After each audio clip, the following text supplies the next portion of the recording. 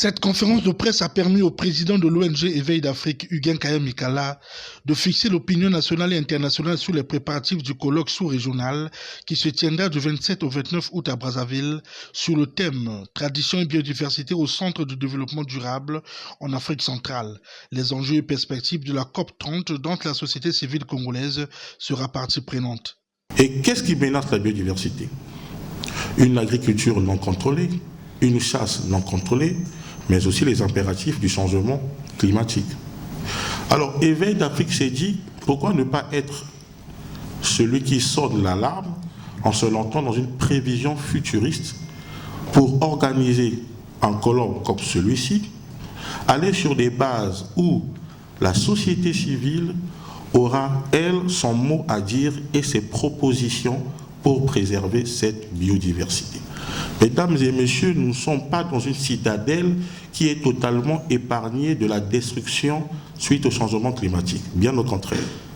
L'environnementaliste, c'est quelqu'un qui se plonge dans le futur. L'on dit des écologistes, c'est des gens axés sur les générations futures.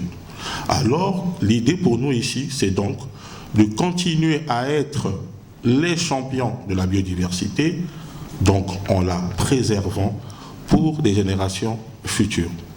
Et aussi, nous voulons sortir de cette conception un peu étriquée des conférences et colloques qui ne s'arrêtent que le dernier jour, où très souvent les recommandations ne sont plus applicables, ou surtout ne sont plus sur les tables de discussion, parfois pire, ne voient même pas le jour.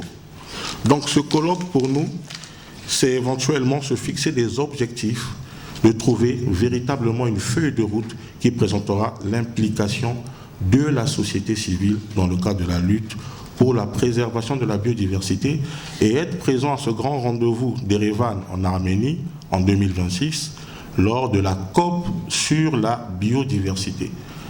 Il faut bien comprendre, je ne parle pas de la COP sur le changement climatique, mais de la COP sur la biodiversité. D'autres points ont également alimenté cet échange avec les chevaliers de la plume et du micro. Il s'agit notamment du partenariat récemment conclu entre l'ONG Éveil d'Afrique et la Chambre de commerce latino-américaine et le lancement du documentaire à l'écoute du Mayombe, richesse, valeurs et biodiversité du Congo.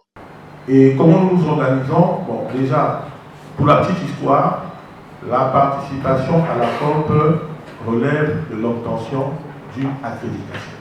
La société civile trouve ces accréditations sur le site internet de la CENI, la Convention cadre des Nations Unies sur le changement climatique. Rappelons que l'ONG Éveil d'Afrique est reconnue dans sa lutte contre les changements climatiques, de la protection de la biodiversité et de la préservation de l'environnement.